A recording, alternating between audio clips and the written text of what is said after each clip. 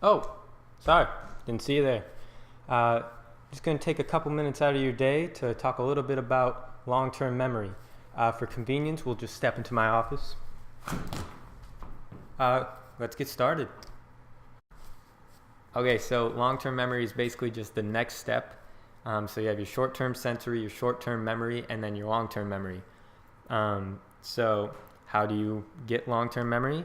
It's just lots of cognitive rehearsal and physical practice. Um, and that will allow your short-term memory to turn into your long-term memory. And it just takes time. It could be a day, a week, a month, or even more. It really just depends on the level of the student, whether they're a beginner or more advanced, um, or in the complexity of the movement that you're trying to learn. Um, and you can keep this memory for a lifetime, just depending on how often you're cognitively rehearsing or physically practicing the movement.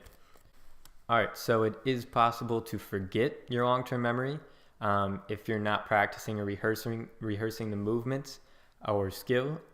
It will not be as easily retrieved from the memory, or your memory could be weakened, and this could happen by doing competing movements. So if you have an old swing and a new swing, and you're trying to go from your old swing to your new swing, you might forget some of the movements from your old swing because you're focusing so much on the new swing.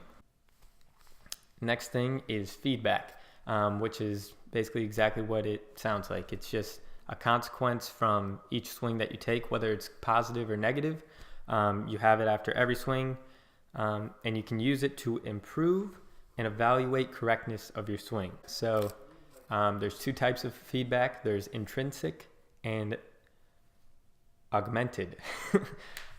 Intrinsic is what you can either you feel it or see it from ball flight to contact or the sound.